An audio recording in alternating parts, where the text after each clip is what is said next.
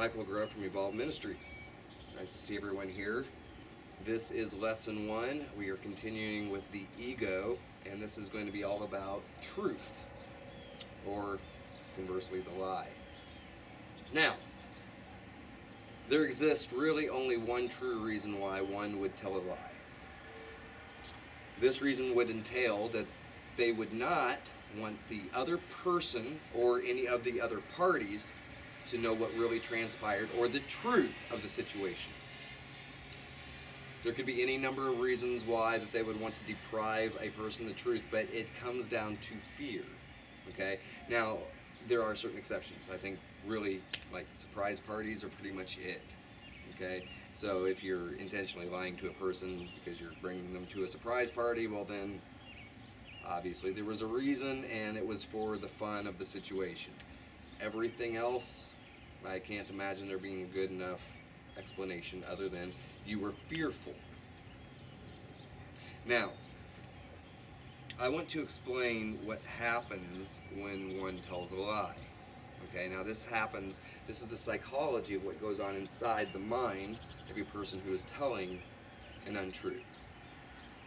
Now, number one, every single time this person deprives another human being of the truth, okay, so let's just say it's one-on-one now, it's only one person to one person. Here's the liar, this is the person who is being lied to. Now, what ends up occurring is there's two tales that are told, or two tales that are remembered. One is the truth of what really transpired. See, the liar has to know the truth of what really occurred in order to consciously be altering what occurred there to turn it into a lie. So there's two versions of the same thing that is remembered. One, of what really transpired. Two, the thing that didn't transpire. Now, what ends up happening over a period of time, over a long period of time, like I said, this is just one person to one person now, over a long period of time, after telling the lie so often, what ends up happening is even when the person had initially remembered the truth, it begins to merge, it begins to merge, it begins to merge, until the lie becomes the only thing that they really actually remember. There may still be versions of what is going on there of the original story, but what they remember most is their alteration of it. Now, that is just in one scenario. Now imagine if this person has now told this lie to several people. Now, here comes something interesting, which is a whole lot like string theory in a way. Number one, you're creating all of these different new versions of what occurred. Because no matter what, unless you have remembered everything down to the pure T and you use the same words every single time with every single person that you lied to, there are versions that you've told each and every single person that may not match up with the version that happened the last time. So, in which case, you've literally created this alternate version of what occurred. Now, given the fact that you have to remember, and you've already created all these different versions, what ends up happening is oftentimes different details cross over different areas. So what you may have told this person, you may not have exactly told this person or this person or this person. Next time you tell them the same lie, because they may ask you about it, you have to remember exactly what you told this one person over here versus this one person over here. But sometimes details will get skewed. Next thing you know, you've told this person what you've actually told this person. You told this person what you've actually should have told this person. Okay? So what ends up happening is you're creating all these paradoxes, all these things that should not be, all these things that could not exist had you had just simply told the truth. Now, the biggest problem with all of this is number one, you're really branching off pieces and portions of yourself, remembering it, throwing your energy into this, okay, to the point where these stories that you tell become a part of yourself. You actually, at some point, start to become the lie yourself. Now, this ends up being a horrible thing when one has to really strip things down to define themselves later on in life. All the things that they said that they did were probably things that they didn't do. All the things that they claimed that they were are all the things that they are not. These things can get you in situations. I've seen self-proclaimed tough guys. I've heard all these people tell stories, how tough they were, how bad they were, how mean they were, how much they could handle things. And then the most disappointing thing would happen. A situation would occur, and then you would watch that person, the toughest guy out of everybody according to them, and they're running the opposite direction. So, things to consider. If we paint ourselves to be something that we are not, if we are literally creating the ego as we go along, and we're not actually living towards any particular modality or reality that can define you as you, then it's safe to assume that a lie can easily define you no matter who tells that lie. Keep that in mind. A lie can easily define you no matter who tells that lie. There are a lot of people out there in life who wield tons of influence over others.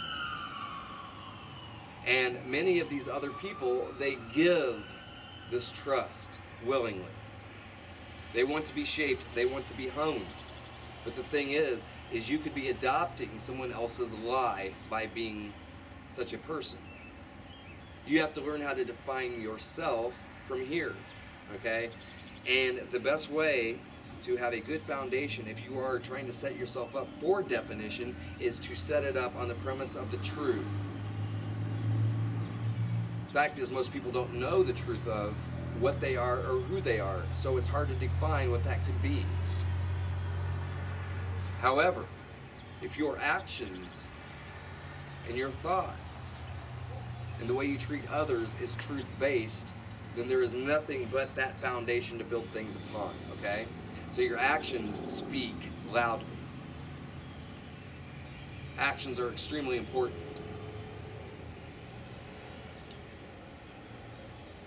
In fact, actions are the only thing truly that demonstrate what is in our head is actually real.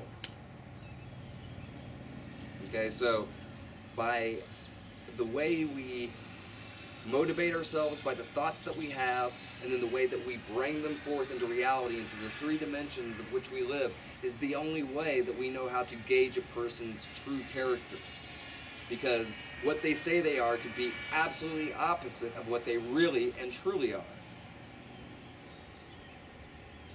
It is important that a liar realize that by depriving people of all of these truths, this is the other thing, is you're literally depriving people. You're sitting there saying that these people are not good enough in your book, okay, to receive the same truth that you know.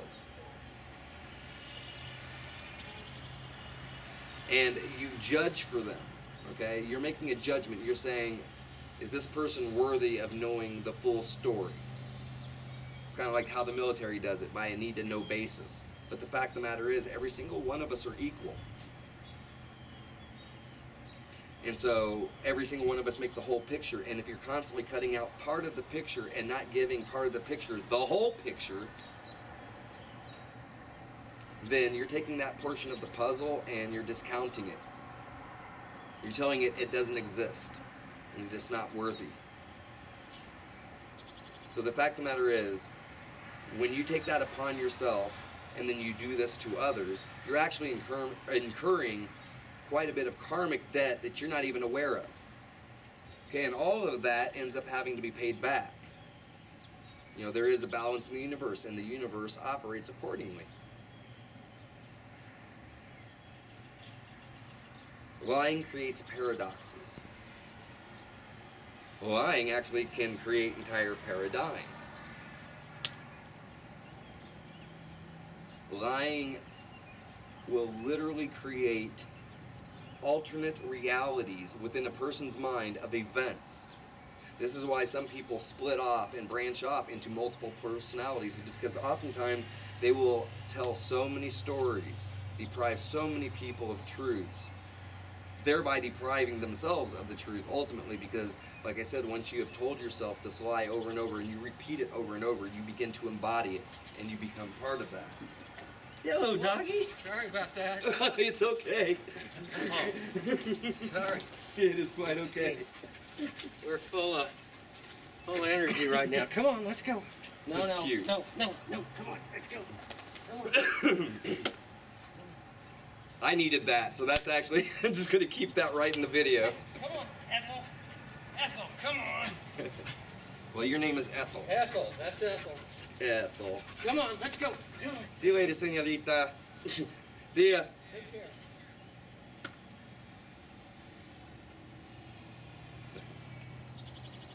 Okay, so, like I was saying, what ends up happening is a person will have embodied this lie to the point, to the degree of which they become a part of it. And after such a period of time of telling it, they'll still know that it's a lie, that it's an untruth, but by that point they may not remember what the full truth is. Sometimes they don't even remember it's even a lie anymore, because they've told it so many times that they've literally become it.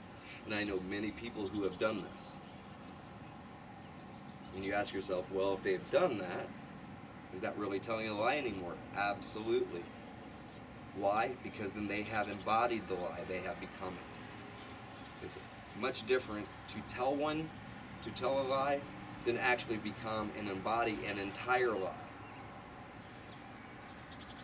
And we have many people in this world who walk around doing this, and many people who have the keys to the minds of others. So it's very important that we understand what the lie does. Again, that's depriving a person of the truth. That's depriving a person of knowledge and information, stuff that they could use maybe to later on help create a better place for themselves.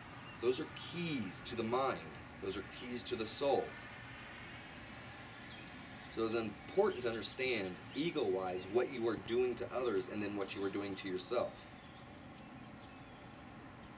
So keep in mind, number one, creating all of the lies will create all of these false paradoxes. They will create all of these false paradigms. Number two, by telling it, by repeating it over and over, okay, the repetition of it alone starts to layer into you, your whole body system.